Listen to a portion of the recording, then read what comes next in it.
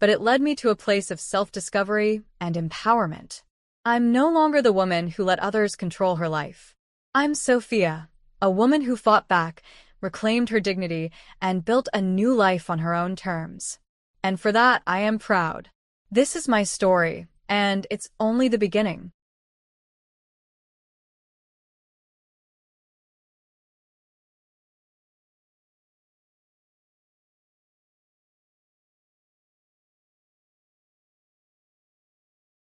This story is titled, My Wife Tried to Rewrite My Will to Favor.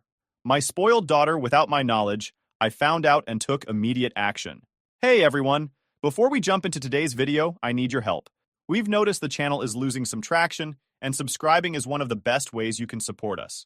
It's quick, free, and it helps us keep bringing you awesome content. Your support means the world. Let's keep this channel growing together. Thanks so much. Now let's start the video. Hey Reddit!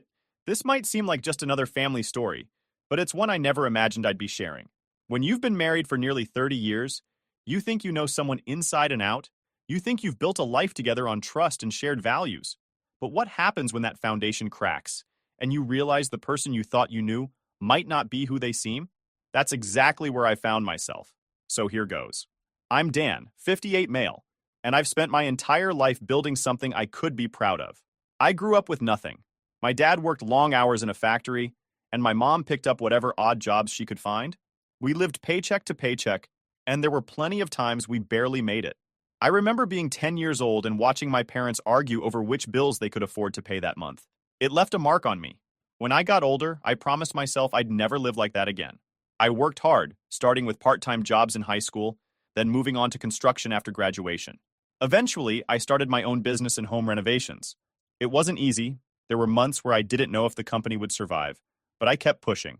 Now, decades later, I have a comfortable life, a nice home, and enough saved up to retire in a few years. I married Linda when I was 30. Back then, I thought she was perfect. Smart, loving, supportive. We had 3 kids together. Mark, 32 male, Hannah, 29 female, and Sarah, 25 female. Mark and Hannah are the kind of kids any parent would be proud of. They worked hard, put themselves through school, and built good lives for themselves. Mark works in IT, and Hannah is a teacher. They've both been independent for years. Then there's Sarah, my youngest. Sarah has always been different. She's Linda's favorite, and everyone knows it. From the time she was little, Linda spoiled her rotten. If Sarah wanted something, she got it. If she made a mess, Linda cleaned it up. And if Sarah got in trouble, Linda was right there, making excuses for her. When Sarah was a teenager, she'd throw these tantrums if she didn't get her way. Not just regular teenage attitude, I'm talking full-blown, screaming, door-slamming fits. When I stepped in and set boundaries, Linda would back me off saying, "She's just a kid, Dan." Let her be. It got worse as Sarah got older. By the time she was in her 20s, she still acted like the world owed her something. For example, Sarah didn't want to work while she was in college. I told her I'd cover tuition, but she needed to get a part-time job for spending money. She promised she would, but every time I asked about it, she had some excuse. Either the job didn't work with her schedule, or the boss was mean, or the work was beneath her. Sarah would show up with new clothes or the latest phone, and I'd ask her how she managed to afford it. She'd shrug and say something like, "Mom helped me out." One evening, I brought it up with Linda. "Why are you giving Sarah extra money?" I asked her. Linda didn't even hesitate. "She's still figuring things out," she said, brushing off my concerns. I let it go at the time, thinking it wasn't worth a fight, but looking back, I realized that was a mistake. After graduation, it didn't get better. Sarah moved back home and refused to pay rent. She'd say things like, "The job market is so tough right now." Meanwhile, she was going out every weekend, buying expensive makeup and spending hours on TikTok. Linda defended her every time. "She's just trying to find her place," she'd say. "We need to support her." The thing is, I love my daughter. I want her to succeed. But there's a difference between helping someone and enabling them. And Linda couldn't see it. I've had countless arguments with her about this over the years. "You're not helping her grow up," I'd say. "You're just making her more dependent on us." But Linda wouldn't hear it. "She's our baby," she'd argue. "We're supposed to be there for her." One of the worst examples, when Sarah was only 17, she decided she wanted a brand new SUV, fully loaded. I told her she needed a steady job to afford it, but Linda jumped in, saying Sarah needed reliable transportation and brushing off my concerns about costs. A few days later, I came home to find Sarah browsing SUVs online with Linda's support. When I reminded them Sarah couldn't afford it, Linda dismissed me again, insisting they'd figure it out. I stood my ground, saying Sarah should wait until she was financially ready. Sarah sulked, Linda stayed annoyed, but in the end, the SUV never materialized. But it was a typical pattern. Sarah wanted something, Linda enabled her, and I was the bad guy for keeping things practical. That was the dynamic for years. Every time Sarah wanted something, Linda defended her needs no matter what. And every time I stepped in, I was painted as the bad guy. Now, don't get me wrong. I tried to have a relationship with Sarah. I wanted to guide her, to help her grow into a responsible adult.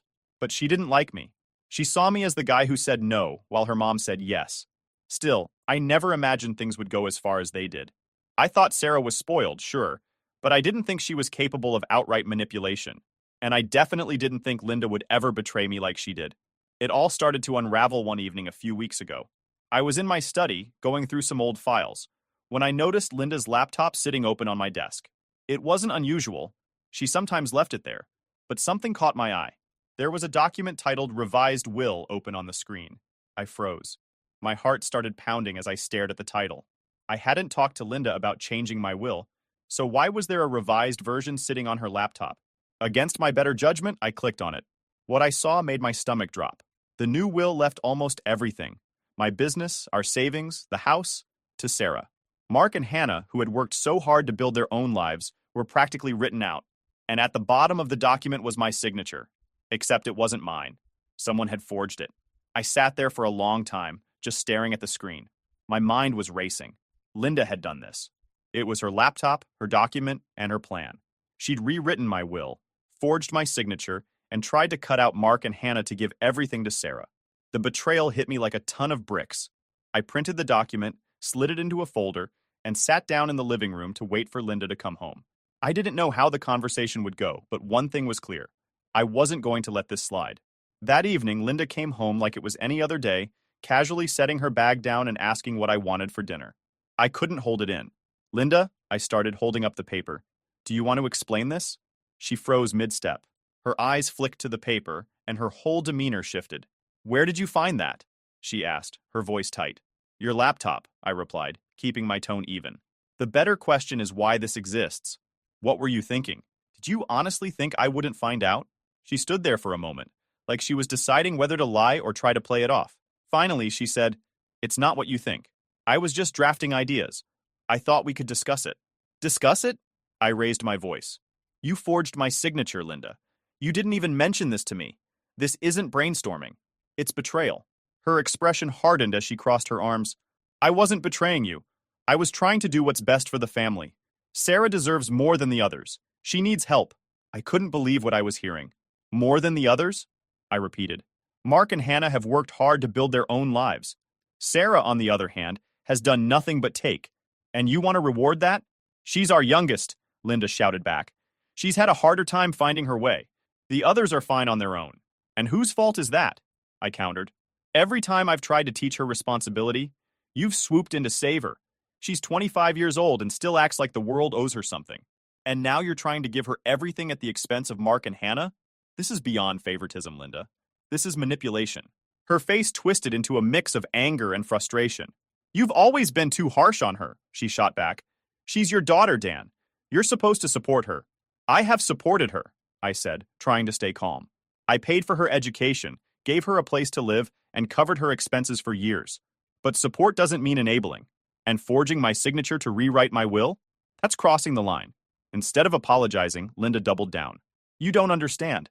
Someone has to look out for her. If you won't, I will. Her words were too much.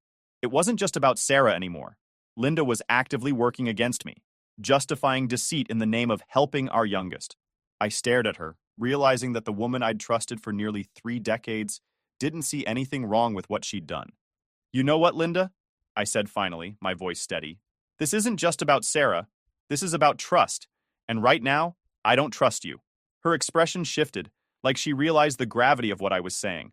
But instead of apologizing, she turned and walked away. I tried to keep myself calm. That night, I couldn't sleep.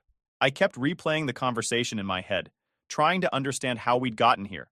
Was this who Linda had always been, or had something changed over the years? Either way, I knew one thing. I couldn't just sit back and let this slide. The next morning, I called my lawyer. I told him everything about the will, the forgery, and Linda's justification for it all. He didn't sugarcoat it. Dan, this is serious, he said. If she had filed that forged document, it could have caused chaos for your estate. You need to protect your assets immediately. Following his advice, I locked away my original will and all important documents in a secure safe. I also froze any accounts Linda might have access to, just in case. The more steps I took, the more real it all felt. My wife, the person I thought I could trust the most, had tried to undermine me, but things didn't stop there. Over the next few days, I noticed Linda acting differently. She started spending more time with Sarah, whispering behind closed doors and making calls she wouldn't explain. It felt like there was a whole side of her life I didn't know about, and the more I thought about it, the more I realized how blind I'd been to the patterns that had been building for years. The worst part? As angry as I was, a part of me still hoped she'd come to her senses and apologize. But deep down, I knew this wasn't going to end with a simple, sorry. It was bigger than that. Bigger than anything I'd ever imagined we'd face as a family. And I had no idea what to do next. Over the next few days, things at home got tense. Linda was quieter than usual, but not in a reflective or apologetic way. It was more like she was biding her time, waiting for something. She spent almost every evening at Sarah's apartment, claiming they were working on some things. She didn't elaborate, and honestly, I didn't press her for details. I was too angry and exhausted to keep fighting, but the nagging feeling that something wasn't right wouldn't leave me alone. Then, one evening, Linda left the house claiming she was meeting a friend for coffee. I wasn't convinced. For weeks now, her friendly meetups had coincidentally taken her to Sarah's place. I decided to follow her. I waited a few minutes after she left and then grabbed my keys. Sure enough, her car led me straight to Sarah's apartment. I parked a few streets away and waited. An hour later, Linda came out, carrying a stack of papers. My heart sank. I couldn't see exactly what they were, but I had a pretty good idea. The next morning, I decided I couldn't let this go unaddressed any longer. When Linda came into the kitchen for her coffee, I didn't give her time to settle. "What were you doing at Sarah's place last night?" I asked. She froze, the mug halfway to her mouth. "What do you mean?" she asked, playing dumb. "You know exactly what I mean," I said, keeping my voice steady but firm. "You said you were meeting a friend, but I saw you leave Sarah's apartment carrying papers. Care to explain?" Her face flushed, but she quickly recovered. "I don't have to explain myself to you," she said, her tone defensive. "You do when it involves my estate," I shot back. "I know you're hiding something, Linda. If you don't come clean right now, I'll take legal action." That got her attention. For a split second, she looked genuinely panicked. Then she crossed her arms and said, "You're overreacting. Everything I've done is for Sarah. She needs help, Dan, and if you're not willing to support her, then I will." I couldn't believe what I was hearing. "So you admit it?" I asked. "You're working against me to rewrite the will? You forged my signature and now you're doubling down on this? Do you even hear yourself?" "She's our daughter," Linda said, her voice rising. "She's struggled her whole life. The other two don't need anything from us. They're fine. But Sarah deserves a chance." "A chance at what?" I asked, throwing my hands up. "She's had every opportunity handed to her on a silver platter, and she's done nothing with it. You're not helping her, Linda. You're enabling her. And now you've dragged me into it with lies and manipulation." Her expression shifted, and for the first time, I saw anger replace her defensive stance. "You've always been too hard on her," she spat. "You never believed in her the way I do. All you do is criticize." "This isn't about criticism," I said, keeping my voice steady. "This is about trust. And right now, I can't trust you. You've crossed a line, Linda. I don't even know who you are anymore." She turned and stormed out of the kitchen. I stood there for a long time, staring at the empty space she left behind, wondering how my marriage had come to this. Later that day, I called my lawyer again. "We need to move fast," I told him. I explained what I'd seen and what Linda had admitted. He sighed and said, "Dan, this is more serious than I initially thought. If she's already tried to tamper with the will and is still working on something, we need to act before she does more damage." We arranged to have a forensic expert analyze the forged document. Within a few days, the results confirmed what I already knew. My signature was fake. With this evidence in hand, I filed an injunction to block any attempts to alter or interfere with my assets. My lawyer also helped me secure tighter protections around my accounts and the estate as a whole. In the meantime, Linda's behavior only became more suspicious. She stopped trying to talk to me altogether, except for the occasional sarcastic remark. She spent most of her time out of the house, and when she was home, she was glued to her phone. texting furiously. It was obvious she was scheming with Sarah, but I didn't know what their next move would be. Then one evening, I overheard a phone conversation that confirmed my worst fears. Linda was in the living room, pacing back and forth while she talked. "He's on to me," she said, her voice low but sharp. "I don't know what else to do. If we don't act fast, it'll all go to Mark and Hannah, and Sarah won't get a dime." I felt a mix of anger and heartbreak. She wasn't just trying to help Sarah. She was actively plotting to cut out our other children. Mark and Hannah had done nothing to deserve this, and Linda's blatant favoritism had crossed the line into betrayal. That night, I locked up the house tighter than ever. I moved all important documents to a secure safe and changed the combination. I also installed cameras around the house, just in case. At this point, I couldn't trust Linda to respect any boundaries. The weight of it all hit me hard. This wasn't just about Sarah anymore. It was about Linda's complete disregard for our marriage, our family, and everything I'd worked so hard to build. I knew things would get worse before they got better, but I was ready to fight for what was right. I wasn't about to let her destroy everything. The realization that Linda and Sarah were actively plotting against me left me reeling. This wasn't just about a difference of opinion or a misunderstanding. This was a full-blown betrayal, and it shook me to my core. I spent the next few days going over every detail of my estate, every document, every account. I wasn't taking any chances. My lawyer had been a rock through all of this, guiding me step by step. He assured me that with the forensic evidence of the forgery and the measures we were taking, Linda and Sarah's efforts would ultimately fail. But, he warned, you need to prepare yourself. If they're already this bold, they're not going to back down easily.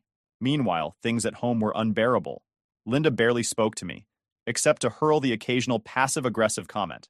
Sarah, of course, was in full victim mode. I'd catch bits and pieces of their whispered conversations. Things like, "He doesn't care about us," or, "We'll figure this out, don't worry." It took everything in me not to snap, but I knew better than to let my emotions take over. The breaking point came a few days later. Linda must have sensed that I was taking steps to secure my assets, because she suddenly started digging for information. She'd casually ask about my schedule or where I kept certain files. I caught her in my study more than once, rifling through drawers. Each time she'd let it slide with some excuse like, "I was just looking for a pen." But I knew better. One evening, I decided enough was enough. I called a family meeting with Mark and Hannah. It wasn't an easy decision. I hated the thought of dragging them into this mess. But they deserved to know what was happening. Over coffee at Mark's house, I laid everything out. "Your mother has been tampering with my will," I said, watching their faces carefully. "She forged my signature on a fake document that would give nearly everything to Sarah. I've taken steps to stop it, but I thought you should know what's going on." Hannah looked stunned, her eyes wide with disbelief. "She did what?" she asked. "Why would she do that?" "Because she thinks Sarah deserves more than you two," I said bluntly. "She's convinced herself that Sarah is entitled to everything, even if it means cutting you out." Mark, always the calm and pragmatic one, leaned back in his chair and sighed. "I knew Mom favored Sarah, but this is something else. I'm not telling you this to turn you against her," I added. "I just want you to be aware. If anything happens, if she tries to involve you or manipulate you, I need you to be prepared." Hannah was visibly upset, but she nodded. "Thanks for telling us, Dad. I can't believe she'd do this, but we're with you." Mark reached across the table and put a hand on my shoulder. "You've done the right thing, Dad. If she's willing to go this far, who knows what else she's capable of." Their support was a relief, but it also reinforced the seriousness of the situation. Linda and Sarah weren't just a threat to me. They were a threat to the stability of our entire family. When I got home that evening, Linda was waiting for me. "Where have you been?" she demanded. "I was with Mark and Hannah," I said evenly. "I told them everything." Her face twisted. "How could you do that? You're trying to turn them against me." "No." I was calm but firm. "You did that yourself when you forged my signature and tried to rewrite my will. They deserve to know the truth." She opened her mouth to argue, but I held up a hand to stop her. "Linda, I've tried to talk to you. I've tried to reason with you, but you've made it clear that you're not interested in fixing this. You're only interested in protecting Sarah, no matter what it costs the rest of us." Her face turned red, and for a moment, I thought she might actually apologize. But instead, she crossed her arms and said, "If you won't help her, I will. Someone has to look out for her." I shook my head, the last shred of hope I'd been clinging to crumbling. "This isn't about Sarah anymore. This is about trust, Linda, and you've destroyed it." That night, I made the hardest decision of my life. I called my lawyer and told him to move forward with filing for separation. I couldn't stay in a marriage where betrayal and deceit had become the norm. It wasn't just about protecting my assets. It was about protecting my peace of mind and the values I'd spent my life trying to uphold. The next morning, Linda was served with the papers. She exploded, screaming and crying, and accusing me of abandoning her and Sarah. I stayed calm, refusing to engage in her theatrics. "This is your doing, Linda," I said quietly. "You made this choice when you decided to betray me." She packed a bag that same day and left to stay with Sarah. I felt a strange mix of relief and sadness as the door closed behind her. This wasn't how I'd imagined my life would turn out, but I knew I was doing the right thing. The fallout from my decision was swift. Linda and Sarah immediately went on a smear campaign, calling family members and telling them I was trying to cheat them out of their rightful inheritance. But I'd already prepared for this. I shared the evidence of the forged will with close family, and most of them quickly saw through Linda and Sarah's lies. The few who didn't, well, I decided they weren't worth my energy. For the first time in weeks, I felt like I was regaining control of my life, but I knew the fight wasn't over yet. Linda and Sarah weren't the type to back down quietly, and I had to be ready for whatever came next. The days after Linda moved out were a whirlwind. She went straight to Sarah's apartment, and from there, the two of them launched an all-out offensive. I started getting calls from family members, all parroting the same lines. "Why are you trying to disinherit Sarah? How could you leave Linda after all these years? Don't you think you're being a little extreme?" Linda and Sarah had spun the story to make it look like I was some kind of villain. According to them, I was selfish, abandoning my family, and trying to cut Sarah out of her rightful inheritance. But I was ready for this. I'd already spoken to my lawyer, and we'd agreed to release key evidence: the forged will, the forensic report, and the steps Linda had taken, if it became necessary to defend myself. I started with my siblings. My younger sister was the first to call, sounding genuinely confused. "Dan, what's going on? Linda's saying you've turned your back on her and the kids. That doesn't sound like you." "It's not," I said, keeping my voice steady. "Let me tell you what's really happening." I explained everything: the forged will, Linda's secretive behavior, and her blatant favoritism towards Sarah. By the time I finished, my sister was furious. "She actually forged your signature?" she asked. "That's not just wrong, Dan. That's illegal." "Exactly," I said. "And now she's trying to manipulate everyone into taking her side. I'm not going to let her rewrite the truth." My sister promised to share the real story with the rest of our family, and slowly but surely, the tide began to turn. The relatives who had been quick to jump on Linda and Sarah's bandwagon started distancing themselves. It wasn't just about loyalty to me, it was about the sheer audacity of what Linda had done. But Linda and Sarah weren't backing down. Sarah, in particular, ramped up her entitlement. She started posting vague, passive-aggressive messages on social media about toxic parents and how she deserved better. It was embarrassing, honestly, but I refused to stoop to her level. The ultimate push came when Linda and Sarah tried to file a petition challenging the new will. My lawyer called me as soon as the papers were filed. "Dan, it's exactly what we expected," he said.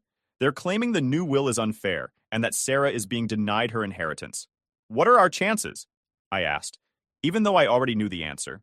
"They don't have a leg to stand on," he assured me. "The forged will, combined with the evidence of tampering, will sink their case before it even gets started, but we'll need to be thorough to shut this down completely." I wasn't worried about losing the case. What frustrated me was how far Linda and Sarah were willing to go. They weren't just fighting for money, they were trying to destroy my reputation in the process. It was vindictive, plain and simple. The court date arrived faster than I expected. I sat in the courtroom, flanked by my lawyer, while Linda and Sarah sat across from me, whispering furiously to each other. When the judge reviewed the evidence, the forged will, the forensic report, and the testimony from my lawyer, it was clear that their case had no merit. The judge dismissed it outright, and I felt a wave of relief wash over me. But Linda and Sarah weren't done. After the hearing, Sarah confronted me in the hallway. "This isn't over, Dad," she said, her voice dripping with venom. "You can't just cut me out of your life like this." "I didn't cut you out," I replied calmly. "You and your mother made these choices. I tried to be fair, but you've shown me time and time again that fairness isn't what you're interested in. This is on you, Sarah." She stormed off, and I felt a strange feeling. For years, I'd tried to help Sarah, to teach her responsibility, to guide her. But no matter what I did, it was never enough. And now, I was done bending over backward for someone who only saw me as a means to an end. Back home, I began the slow process of rebuilding. I focused on spending time with Mark and Hannah, who had been my rock throughout this ordeal. One evening, Hannah came over with her husband, and we had dinner together. After the meal, she pulled me aside. "Dad, I know this has been hard," she said, her voice soft, "but I want you to know that we're proud of you. You've handled this better than I ever could have." Her words meant everything to me. After everything, I felt a glimmer of hope. I'd spent so much time feeling like the bad guy, like I was tearing my family apart, but hearing that from Hannah reminded me why I'd made these decisions in the first place. After the court case, the dust began to settle. Linda and Sarah lost their challenge, and their attempts to spin the story to the rest of the family fell flat. Once the evidence of the forged will and Linda's actions became common knowledge, most people distanced themselves from them. Some relatives still reached out to me, expressing disbelief over how far Linda and Sarah had gone, but by then, I was done rehashing the story. The facts spoke for themselves. Linda stayed with Sarah after moving out, and from what I heard, their situation wasn't great. Sarah was struggling to keep up with her lifestyle now that she didn't have Linda to funnel money her way. Linda, on the other hand, seemed to have doubled down on supporting Sarah, even though it was clearly draining her. I couldn't help but feel a mix of pity and frustration. They dug this hole themselves, but it didn't make watching them spiral any easier. Meanwhile, I focused on rebuilding my life. The divorce process was swift, thanks to the clear evidence of Linda's betrayal. I was granted full ownership of my estate, and Linda walked away with a settlement my lawyer negotiated. It wasn't as much as she'd hoped for, but it was more than fair considering the circumstances. By the time the papers were signed, I felt a sense of closure. Not happiness exactly, but relief that this chapter was finally over. My relationship with Mark and Hannah grew stronger during this time. They'd been my anchor through the chaos, and I made a point to let them know how much I appreciated their support. We started spending more time together. Family dinners, weekend visits, even the occasional vacation. It felt good to reconnect with them on a deeper level, without the constant tension that had hung over us when Linda and Sarah were involved. One evening, Mark came over to help me with some repairs around the house. As we worked, he said, "You know, Dad, I never realized how much you were dealing with until all this happened. You've handled it better than I think I could have." I shrugged. "You do what you have to, Mark. That's all." "No, seriously," he said, setting down his wrench. "A lot of people would have crumbled under that kind of pressure. But you stood your ground. I hope I can do the same if I ever face something like that." His words meant a lot. I'd spent so much time questioning my decisions, wondering if I'd been too harsh or too rigid. Hearing Mark say that reassured me that I'd done the right thing, not just for myself, but for the family that truly cared about me. As for Sarah, I decided to let her go. For years, I'd bent over backward to help her, to teach her responsibility, to guide her toward a better path. But this ordeal made it clear that she wasn't interested in changing, not as long as she had Linda enabling her. I knew I couldn't force her to grow up. That was a decision she'd have to make on her own. So I stopped reaching out, stopped trying to fix things. It was painful, but it was necessary. A few months after the divorce, I heard through the grapevine that Sarah had tried to manipulate a distant relative into loaning her money. When that didn't work, she started bouncing from job to job, always blaming her bosses or her coworkers for why things didn't pan out. Linda continued to support her as best she could, but it was clear that their relationship was strained. I didn't take any joy in their struggles, but I also didn't feel responsible for them anymore. Reflecting on everything, I realized how much I'd learned from this experience. For years, I'd let guilt and obligation dictate my actions, especially when it came to Sarah and Linda. I'd convinced myself that being a good husband and father meant sacrificing my own needs, my own peace, to keep everyone else happy. But this ordeal taught me that there's a limit to how much you can give before it starts to break you. As I sit here writing this, I feel a sense of closure. My life isn't perfect. There are still wounds that will take time to heal, but I'm in a better place now. And if there's one thing I've learned through all of this, it's that sometimes the hardest decisions are the ones that lead to the most growth. For anyone reading this who's struggling with family conflicts or feeling trapped in a situation they can't control, I want to say this: stand your ground. It's not selfish to protect yourself. It's necessary. Thanks for sticking until the end.